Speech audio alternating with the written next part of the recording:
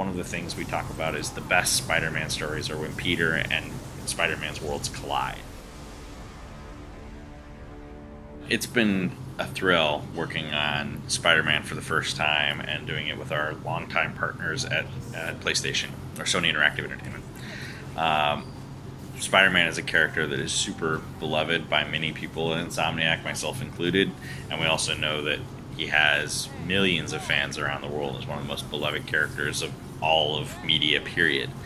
So we've felt a lot of responsibility to try and make a great experience for players, and would focus really hard on bringing you a kind of a fresh Spider-Man experience that respects the DNA of the series and feels right, but also will surprise you in new ways. And it starts with the fact that this is not an origin story. This is not based on a comic or a movie. It's a brand new experience starring a 23-year-old Peter Parker who is masterful at fighting crime and is going to have some great personal relationships. You're going to see the Peter side of it, and you're also going to see the Spider-Man side. So I don't think it was really hard to decide that we wanted to, take the best things and our favorite things from past Spider-Man comics and lore. There's so much good stuff over, decades. You have all of these great characters, and Spider-Man's been in so many different situations and fought so many villains, and fans have many favorite moments, and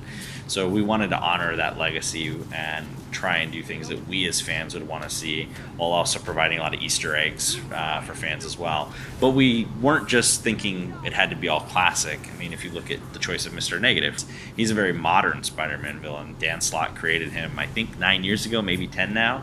So he's relatively newcomer, and if you haven't been keeping up with the comics, you may have no idea who he is. So it's great to bring him to potentially his largest audience yet. It was really important to us to, tell a story that we wanted to tell. We have amazing ideas. We love Spider-Man. And as fans, if we were going to sit down and play like a new big Spider-Man game, we would want something that would, feel like very much like Spider-Man, but at the same time be surprising. And so it was kind of just us knowing that if we were going to play this game, it's what we would want. Creating a 23-year-old Peter Parker allowed us a lot of things that we couldn't have gotten with a 15-year-old one. Firstly, he's already great at fighting crime, so we can let players be awesome at being Spider-Man. This isn't a game where he's trying to learn his powers and figure out how to web swing and not being good at fighting guys. We can throw you right into the deep end, into some crazy situations, because you are a masterful Spider-Man who's been Spider-Man for 8 years. On top of that, there's sort of high school relationships that you have that kind of the classic 15-year-old Peter Parker explores. We wanted to sort of explore what those relationships, what your relationships are, and what your life is like after you get out of university and you start a job, while also trying to be a superhero. It's a classic thing about Spider-Man is how to handle the next step of life, and that's something that Peter always has dealt with, whether he's been in high school or he's in college. We're just doing that for what it's like when you finally are an adult. Well, New York is this like melting pot of cultures, so we wanted to reflect that as accurately as we could, and there's kind of a very large Chinatown district. We wanted these characters to still be very authentic to who they were.